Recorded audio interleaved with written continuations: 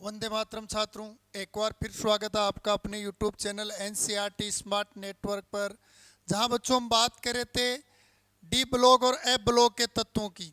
और D block और F block के तत्वों में अपने डी ब्लॉक एलिमेंट्स पढ़ लिए थे। डी ब्लॉक के तत्वों के बारे में सामान्य जानकारी, इनका सामान्य इलेक्ट्रॉनिक विन्यास और इन तत्वों की 4 श्रेणियों के बारे में और उनके इलेक्ट्रॉनिक विन्यास के बारे में पूरा पढ़ लिया था। उसके बाद अपने टॉपिक चल रहा था डी ब्लॉक एलिमेंट्स या तत्वों के भौतिक गुण। और बच्चों भौतिक गुण में हमने इनकी भौतिक अवस्था देख ली थी कि ये कठोर होते हैं और ये कम वाष्पशील होते हैं। कारण देखा था धात्विक बंध, इनके गलनांक और क्वथनांक पढ़ लिया था कि इनके गलनांक और क्वथनांक उच्च होते हैं। क्यों? क्योंकि इनमें धात्विक बंध पाए जाते हैं। इनकी कणन एंथैल्पी उच्च होती है क्योंकि इनमें धात्विक बंध या अंतर परमाणु आकर्षण बल पाया जाता है।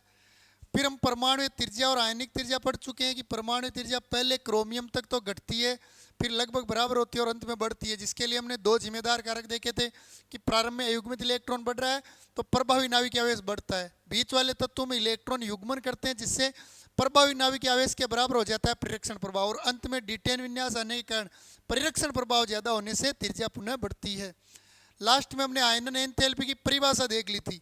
हमने देखा था आयनन एंथैल्पी परिभाषा में, आयनन एंथैल्पी में, कि किसी भी परमाणु के संयोजी कोश में से एक इलेक्ट्रॉन को बाहर निकालने के लिए आवश्यक ऊर्जा जो होती है उस आवश्यक एनर्जी को ही हम आयनन एंथैल्पी या आयनन विभव या आयनिक ऊर्जा कहते हैं या आयनन ऊर्जा कहते हैं, आयनन ऊर्जा। तो इसमें हमने देखा था कि किसी भी परमाणु के संयोजी कोश में से आपको एक इलेक्ट्रॉन निकालना, जैसे ये एक परमाणु है अपने और ये इस परमाणु में ये नाभिक के चारों ओर कक्षाएं हैं। अब मान लो इन कक्षाओं में जो संयोजी कक्षा है, इस संयोजी कक्षा में यहां पर कोई इलेक्ट्रॉन है, यहां जैसे कोई इलेक्ट्रॉन है अपने पास। अब इस इलेक्ट्रॉन जो है, इस इलेक्ट्रॉन को आपको बाहर निकालना है। इस कक्षा में ये इलेक्ट्रॉन है, इन इलेक्ट्रॉनों में से इस एक इलेक्ट्रॉन को क्या करना है? बाहर निकालना है।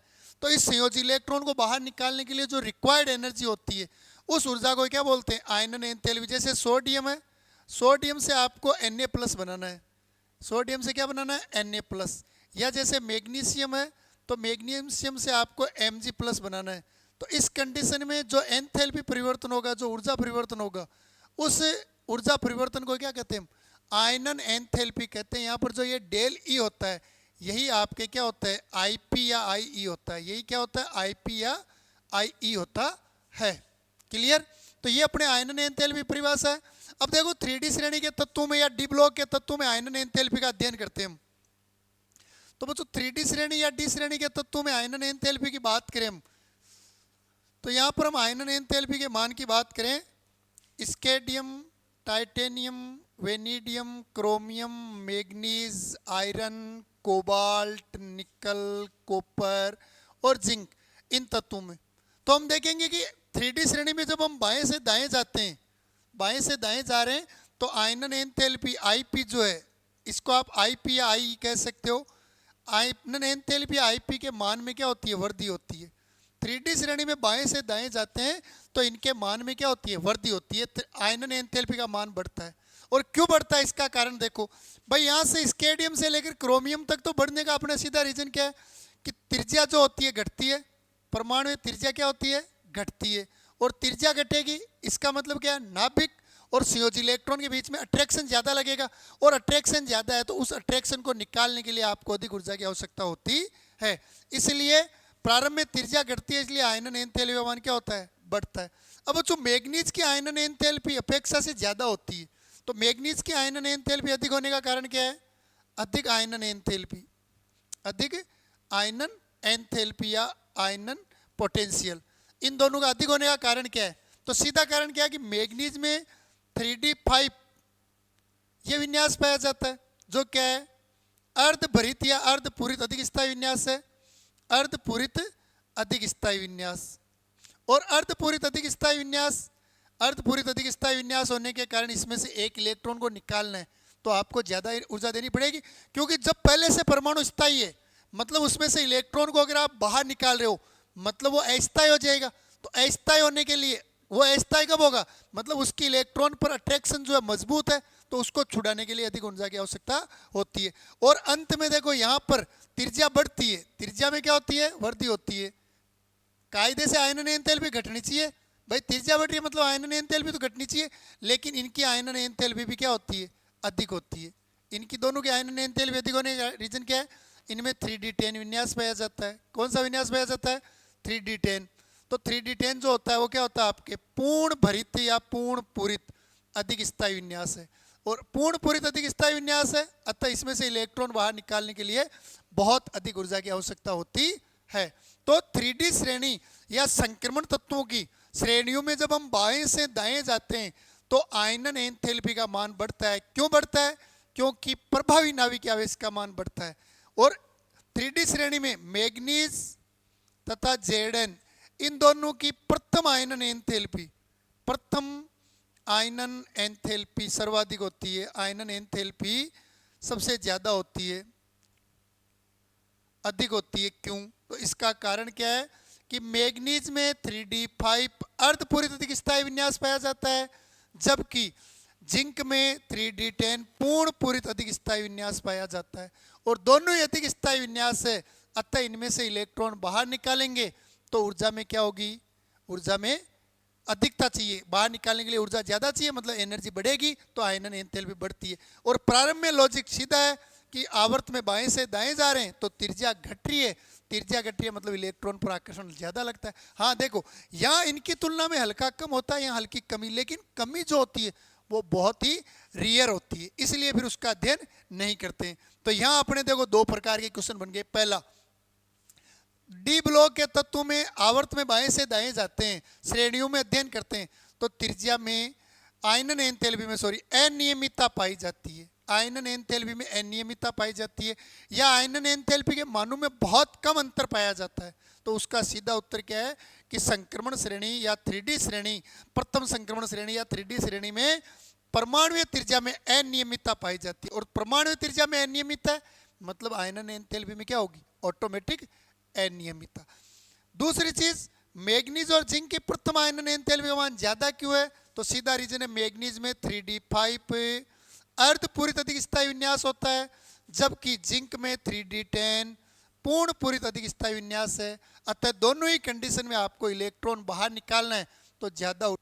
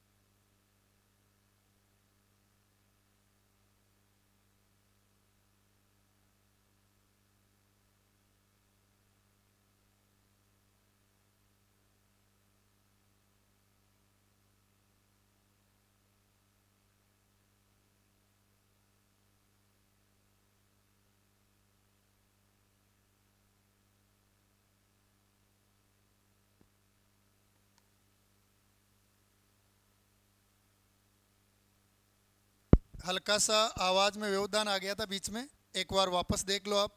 आवाज़ में थोड़ा सा परेशानी आई थी, आवाज़ कट रही थी, तो इसको एक बार वापस देखो आप आयनन एंथैल्पी वाले में। तो देखो एक बार पीछे देखते हैं। तो यहाँ पर देखो आयनन एंथैल्पी मतलब इलेक्ट्रॉन को बाहर निकालने की ऊर्जा। अब आयनन एंथैल्पी देखो यहाँ पर प्रारंभ में आयनन एंथैल्पी घटती है। क्यों घटती है? क्योंकि त्रिज्या आयनन एंथैल्पी बढ़ती है। प्रारंभ में आयनन एंथैल्पी बढ़ती है, क्यों बढ़ती है? क्योंकि त्रिज्या घटती है, और त्रिज्या घट रही है मतलब इलेक्ट्रॉन पर आकर्षण ज्यादा है, तो उसको छुड़ाने के लिए अधिक ऊर्जा चाहिए। फिर इसके बाद देखो अंत में त्रिज्या बढ़ती है, कायदे से आयनन एंथैल्पी घटनी चाहिए, लेकिन आयनन एंथैल्पी क्या होती है? बढ़ती है। और क्यों बढ़ती है? क्योंकि इनमें क्या आ जाता है? पूर्ण पूरित अधिक स्थायी विन्यास आ जाता है, अधिक स्थायी विन्यास। इसी प्रकार Mn जो होता है, इसकी आयनन एंथैल्पी अधिक क्यों होती है? तो क्योंकि इसमें D5 अर्धपूरित अधिक स्थायी विन्यास पाया जाता है। देखो तो अपने ये चीजें देखो कि 3D श्रेणी के तत्वों के आयनन एंथैल्पी में अनियमितता पाई जाती है। और अनियमितता का कारण क्या है? क्योंकि इनकी त्रिज्या में अनियमितता पाई जाती है। भाई 3D श्रेणी में पहले त्रिज्या घटती है, फिर लगभग बराबर होती है, अंत में बढ़ती है, तो त्रिज्या में अनियमितता है। और त्रिज्या और आयनन एंथैल्पी क्या होते हैं? एक दूसरे के व्युत्क्रमानुपाती। तो जब त्रिज्या में अनियमितता है मतलब आयनन एंथैल्पी में अनियमितता है। फिर कह रहा है संक्रमण तत्वों के आयनन एंथैल्पी में परिवर्तन बहुत कम होता है, यानी जब हम आवर्त में बाएं से दाएं जाते हैं तो त्रिज्या जो होती है वो अपने आयनन एंथैल्पी जो होती है वो बढ़ती है, लेकिन इसमें परिवर्तन जो होता है दो तत्वों के मध्य वो बहुत कम होता है। इसका कारण क्या है? क्योंकि इनकी परमाणु त्रिज्या जो होती है वो लगभग क्या होती है? समान। फिर कह रहा है Zn और मैग्नीज की प्रथम आयनन एंथैल्पी अधिक होती है। तो इसका कारण क्या है? Zn में 3D10 पूर्ण पूरित अधिक स्थायी विन्यास पाया जाता है, जबकि Mn में D5 या 3D5 अर्धपूरित अधिक स्थायी विन्यास पाया जाता है। अतः इनमें से इलेक्ट्रॉन को बाहर निकालने के लिए अधिक ऊर्जा की आवश्यकता होती है। एक बार स्क्रीनशॉट लो, देखे इसका।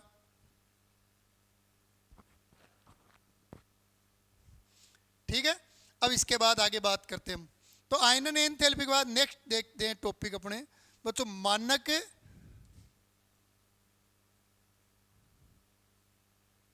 इलेक्ट्रोड विभव। मानक इलेक्ट्रोड विभव ये देखते हैं बच्चों अपने, मानक इलेक्ट्रोड विभव। तो तत्वों के मानक इलेक्ट्रोड विभव देखते हैं। तो देखो मानक इलेक्ट्रोड विभव से अपना सीधा मतलब क्या है? कोई भी तत्व है, जैसे Zn है, ये Zn से Zn+2 बना रहा है, या फिर कोई कॉपर आयन है, कॉपर आयन से क्या बन रहा है? कॉपर बन रहा है। चाहे जिंक धातु से Zn आयन बने और चाहे कॉपर आयन से क्या बने? कॉपर धातु बने, दोनों ही कंडीशन में मतलब कुल मिलाकर चाहे धातु से धातु आयन बने और चाहे धातु आयन से क्या हो? धातु का निर्माण हो। तो इस क्रिया में जो इलेक्ट्रोड होते हैं, उन इलेक्ट्रोडों पर जो विभव परिवर्तन होता है, उस परिवर्तित विभव को क्या कहते हैं? मानक इलेक्ट्रोड विभव कहते हैं, जिसे ई नोड से दर्शाते हैं। जिसको किसे दर्शाते हैं? ई नोड से। तो ये लिख देता हूं, देखो मैं यहां पर मानक इलेक्ट्रोड धातु से धातु आयन, धातु से धातु आयन, या उल्टा लिख देते हैं, या धातु आयन से धातु आयन से धातु बनाने की क्रिया में, बनाने की क्रिया में इलेक्ट्रोड पर उत्पन्न विभव मानक इलेक्ट्रोड विभव कहलाता है। मानक इलेक्ट्रोड विभव कहलाता है, मानक इलेक्ट्रोड विभव कहलाता है। तो किसी भी धातु से धातु आयन बन रहा हो या किसी धातु आयन से धातु बन रहा हो, उस क्रिया में सेल के इलेक्ट्रोड पर जो विभव आता है, उस विभव को मानक इलेक्ट्रोड विभव कहते हैं, जिसे ई नोड से दर्शाते हैं, जिसे ई नोड से दर्शाते हैं, जिसे ई नोड से दर्शाते हैं। मतलब सीधा कहूं मैं तो ई नोड से अपने को क्या तात्पर्य? मतलब कोई भी धातु जो है उसमें इलेक्ट्रॉन त्यागने की कैपेसिटी कितनी है, धातु द्वारा इलेक्ट्रॉन आसानी से त्यागे जा रहे हैं या धातु में इलेक्ट्रॉन त्यागने में कठिनाई है, इन चीजों का आप किससे पता लगा सकते हो? ई नोड के मान से आप पता लगा सकते हो कि धातु की इलेक्ट्रॉन देने की टेंडेंसी या कैपेसिटी अधिक है या कम है। तो देखो यहां पर हम कह सकते हैं कि ई नोड के मान से धातु की अपचायक प्रवृत्ति अपचायक प्रवृत्ति का ज्ञान होता है, ज्ञान होता है। और ज्ञान कैसे होता है वो भी देख लो। अगर इनोड, इनोड का मान कम, कम का मतलब क्या है, अधिक ऋणात्मक, कम के स्थान पर आप लिख सकते हो अधिक ऋणात्मक, ऋणात्मक वैल्यू अधिक हो, अधिक ऋणात्मक यानी टोटल वैल्यू कम हो तो धातु की अपचायक प्रवृत्ति, अपचायक प्रवृत्ति मतलब इलेक्ट्रॉन त्यागने की प्रवृत्ति, अपचायक प्रवृत्ति या समता, अपचायक प्रवृत्ति कोष्टक में लिख देता हूं, इलेक्ट्रॉन त्यागने की क्षमता, इलेक्ट्रॉन त्यागने की क्षमता अधिक होती है, अधिक होती है। यानी जिसके इलेक्ट्रॉन विभव का मान जितना ज्यादा ऋणात्मक होगा वो धातु उतनी ही आसानी से इलेक्ट्रॉन क्या कर सकती है, त्याग सकती है। ठीक है। और इसके अपोजिट देखें हम तो क्या हो जाएगा, इनोड का मान, इनोड का मान अधिक, अधिक का मतलब कम ऋणात्मक, अधिक कम ऋणात्मक, या आप कह सकते हो धनात्मक, कम ऋणात्मक या धनात्मक। धनात्मक हो तो धातु की अपचायक प्रवृत्ति कम होगी, अपचायक प्रवृत्ति यानी इलेक्ट्रॉन त्यागने की प्रवृत्ति कम होती है।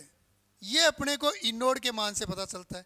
किसी भी धातु के मानक इलेक्ट्रोड विभव से आप क्या पता कर सकते हो कि उस धातु में इलेक्ट्रॉन त्यागने का गुण ज्यादा है या कम है, या दो धातुओं के इलेक्ट्रोड विभव से उनमें तुलना कर सकते हो इलेक्ट्रॉन कौन देगा सेल में और कौन लेगा। जैसे फॉर एग्जांपल देखो ये है, जैसे Zn जो होता है जिंक धातु के लिए, या ये कह सकता हूँ Zn+2 Zn के लिए इनोड जो होता है इसका मान लगभग 0.76 वोल्ट होता है। ठीक है। लेकिन अगर आप कॉपर की बात करोगे तो कॉपर आयन से कॉपर, इसके लिए इनोड का मान जो होता है वो आपके +34 वोल्ट होता है। इसका सीधा मीनिंग क्या है कि जिंक धातु जो है वो आसानी से इलेक्ट्रॉन त्याग देती है, जबकि कॉपर धातु में इलेक्ट्रॉन त्यागना क्या है, कठिन है, यानी ये इलेक्ट्रॉन त्यागने में विश्वास बहुत कम रखता है। तो यहाँ पर फिर अगर इन दोनों का सेल बनाएंगे तो वहाँ पर Zn तो क्या बनाएगा, एनोड बनाएगा, और कॉपर क्या बनाएगा, कैथोड। तो आप इनोड के मान से ये भी पता कर सकते हो कि किसी सेल में एनोड कौन बनाएगा, कैथोड कौन बनाएगा। इनोड के मान से ये पता कर सकते हो कि धातु का निष्कर्षण करते हैं तो किस धातु का आसानी से निष्कर्षण होगा, किसका नहीं होगा, कौन सी धातु किस धातु के ऑक्साइड का वहां से विस्थापन कर सकती है। ये इनोड के मान से अपने को क्या होता है, ज्ञान होता है। क्लियर। तो देखो अब हम बात करते हैं M+2/M मानक विभव की, के विभव मान, के विभव मतलब किसी धातु आयन कोई धातु 2 इलेक्ट्रॉन त्यागती है तो उनके मानक इलेक्ट्रोड विभव के विभव या मानक इलेक्ट्रोड विभव, के मानक इलेक्ट्रोड विभव, इनोड, नोड आते हुए से मानक है तो मानक इनोड या इलेक्ट्रोड विभव की चर्चा करते हैं। तो बच्चों धातु +2 यानी देखो ये क्या कह रहा है, जैसे Zn है तो Zn+2 बना रहे हो आप, या कॉपर है तो कॉपर से कॉपर +2 बना रहे हो आप, या मैग्नीज है तो मैग्नीज से Mn+2 बना रहे हो आप। तो यहाँ पर इनके मानक इलेक्ट्रोड विभव से आपको क्या ज्ञान होता है, तो मोस्टली क्या होता है बच्चों, अगर आप 3D श्रेणी में अध्ययन करोगे, scandium, titanium, vanadium, chromium, manganese, iron, cobalt, nickel, copper और जिंक, तो आप देखोगे कि इस 3D श्रेणी में जब हम बाएं से दाएं जाते हैं, बाएं से दाएं जा रहे हो आप, लेफ्ट से राइट मूव कर रहे हो, बाएं से दाएं जा रहे हो, दाएं जाने पर इनोड का मान जो होता है, इनोड का मान, ऋणात्मक मान की बात कर रहा हूं, इनोड का मान अर्थात ऋणात्मक मान में कमी आती है, अर्थात ऋणात्मक मान घटता है, ऋणात्मक मान घटता है। तो सामान्यतः आप क्या देखोगे कि स्केडियम से जिंक की ओर जाते हैं तो 3D श्रेणी में इनोड के मान में कमी आ रही है, ऋणात्मक मान में कमी। और देखो जब ऋणात्मक मान कम होता है इसका मतलब क्या हो रहा है, धातु की अपचायक प्रवृत्ति कम, यानी इससे यह पता चलता है कि जैसे जैसे बाएं से दाएं जा रहे हैं तो इन तत्वों की 2 इलेक्ट्रॉन त्यागने की प्रवृत्ति में कमी आ रही है। और कमी क्यों आ रही है, क्योंकि यहां पर क्या होता है, आयनन एंथैल्पी में वृद्धि होती है। तो आयनन एंथैल्पी मतलब इलेक्ट्रॉन त्यागने के लिए आवश्यक ऊर्जा, और आयनन एंथैल्पी ज्यादा मतलब इलेक्ट्रॉन निकालने के लिए अधिक ऊर्जा चाहिए। तो फिर उस कंडीशन में मानक इलेक्ट्रोड विभव का मान क्या होगा, कम। तो बाएं से दाएं जाने पर इनोड का मान कम, मान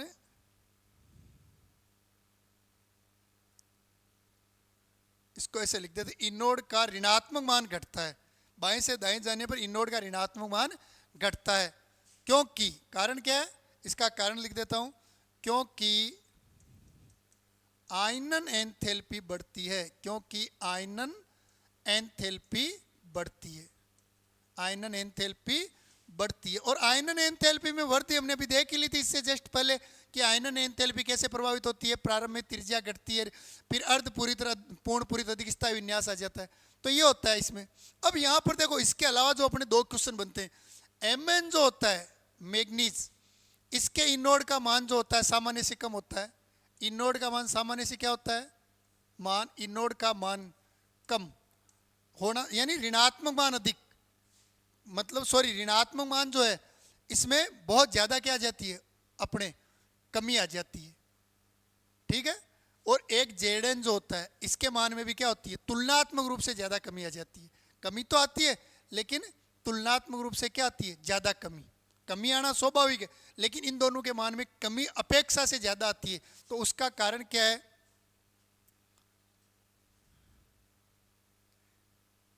देखो ये अपने पास Mn है, इसका विन्यास होता है 3d5 और 4s2, और एक ये अपने पास Zn है, इसका होता है 3d10 और 4s2। दोनों की ही आयनन एंथैल्पी क्या है, ज्यादा है। दोनों की आयनन एंथैल्पी क्या है, ज्यादा है। और आयनन एंथैल्पी ज्यादा है मतलब इनके इलेक्ट्रॉन त्यागने की प्रवृत्ति क्या है, कम। इलेक्ट्रॉन त्यागने की प्रवृत्ति क्या है, कम। और उसका कारण क्या है, अर्धपूरित और पूर्ण पूरित अधिक स्थायी विन्यास, अर्धपूरित और पूर्ण पूरित अधिक स्थायी विन्यास। लेकिन देखो बच्चों, यहां पर इनका ऋणात्मक मान कम, ऋणात्मक मान जो है यहां पर मान कम, मतलब ऋणात्मक मान अधिक। मान कम का मतलब यहां पर ऋणात्मक मान क्या है, अधिक। ऋणात्मक मान में अचानक वृद्धि हो जाती है। इनोड का मान तो कम होता है लेकिन ऋणात्मक मान कायदे से घटना चाहिए। क्रोमियम से Mn का कम होना चाहिए, लेकिन Mn का क्रोमियम से ऋणात्मक मान ज्यादा होता है। इसी प्रकार यहाँ पर जिंक का ऋणात्मक मान कम होना चाहिए, लेकिन इसका ऋणात्मक मान क्या होता है, ज्यादा। यानी केवल मान की बात करें तब तो कम, ऋणात्मक मान जो होता है वो अधिक हो जाता है। तो इसका कारण क्या है, अब देखो इनकी आयनन एंथैल्पी तो ज्यादा होती है, लेकिन Mn अगर 2 इलेक्ट्रॉन त्यागता है तो ये क्या करेगा, अधिक स्थायी होगा 3d5। और जिंक भी 2 इलेक्ट्रॉन त्यागता है तो ये भी अधिक स्थायी होगा 3d10। तो दोनों की आयनन एंथैल्पी के ऋणात्मक मान अधिक होने के बाद भी, आयनन एंथैल्पी अधिक होने के बाद भी जिंक और मैग्नीज दोनों के इनोड के मान अधिक ऋणात्मक या कम क्यों होते हैं, तो कारण क्या है, ये 2 इलेक्ट्रॉन त्याग कर क्या होते हैं, ज्यादा स्थायी, इसलिए इनमें इलेक्ट्रॉन त्यागने की प्रवृत्ति क्या होती है, अधिक। तो देखो आगे लिखते हैं, Zn तथा Mn के लिए M2 प्लस ओब्लिक M के लिए इनोड के मान अधिक ऋणात्मक, ऋणात्मक में अधिक और वैसे कम, अधिक ऋणात्मक, अधिक ऋणात्मक या कम होते हैं, कम होते हैं। क्योंकि Zn तथा Mn 2 इलेक्ट्रॉन त्याग कर क्रमशः 3d10 पूर्ण पूरित एवं 3d5 अर्धपूरित अधिक स्थायी विन्यास प्राप्त करते हैं। और अधिक स्थायी होने के लिए इनमें फिर 2 इलेक्ट्रॉन त्यागने का गुण ज्यादा पाया जाता है, और इसीलिए इनकी इनोड का मान जो होता है वो अधिक ऋणात्मक या कम होता है। क्लियर। एक लास्ट लाइन देख लेते हैं, उसके बाद आज की क्लास को खत्म करेंगे। तो वो लास्ट लाइन क्या है, कॉपर जो होता है बच्चों, कॉपर के लिए इनोड का जो मान होता है वो धनात्मक होता है। कॉपर के लिए इनोड का मान क्या होता है, धनात्मक प्लस में 0.34 होता है। जबकि कायदे से ऋणात्मक होना चाहिए। तो देखो इसके रीजन क्या है भाई, कॉपर जो होता है इसका विन्यास होता है 3d10 4s1। अब ये क्या होता है, कॉपर एक इलेक्ट्रॉन त्याग के और क्या बनाता है 3d10 अधिक स्थायी हो गया। ये क्या हो गया, अधिक स्थायी। अब इसमें से अगर एक इलेक्ट्रॉन और निकालना है, अगर कॉपर प्लस से आप इसको कॉपर +2 में बदलना चाह रहे हो, मतलब आपको बहुत अधिक ऊर्जा चाहिए, बहुत अधिक ऊर्जा खर्च होगी। एक मिनट, बहुत अधिक ऊर्जा खर्च होगी, मतलब इसकी सीधी कह सकते हैं ऊर्जा खर्च, अधिक ऊर्जा खर्च।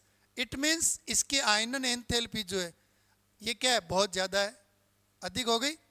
अब आयनन एंथैल्पी अधिक है तो इलेक्ट्रॉन त्यागना क्या हो गया, डिफिकल्ट। इसके अलावा देखो कॉपर जो होता है इसका आकार क्या होता है, आकार बड़ा होता है, और बड़ा आकार होने के कारण इसकी विलायकोजन ऊर्जा जो होती है, विलायक में घोलने पर उत्पन्न ऊर्जा, विलायकोजन ऊर्जा क्या होती है, कम। तो विलायकोजन ऊर्जा कम है और आयनन एंथैल्पी क्या है, ज्यादा है।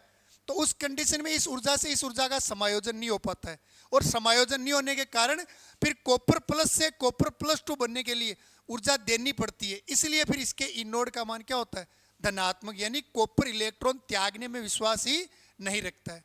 ठीक है, जय हिंद, वंदे मातरम।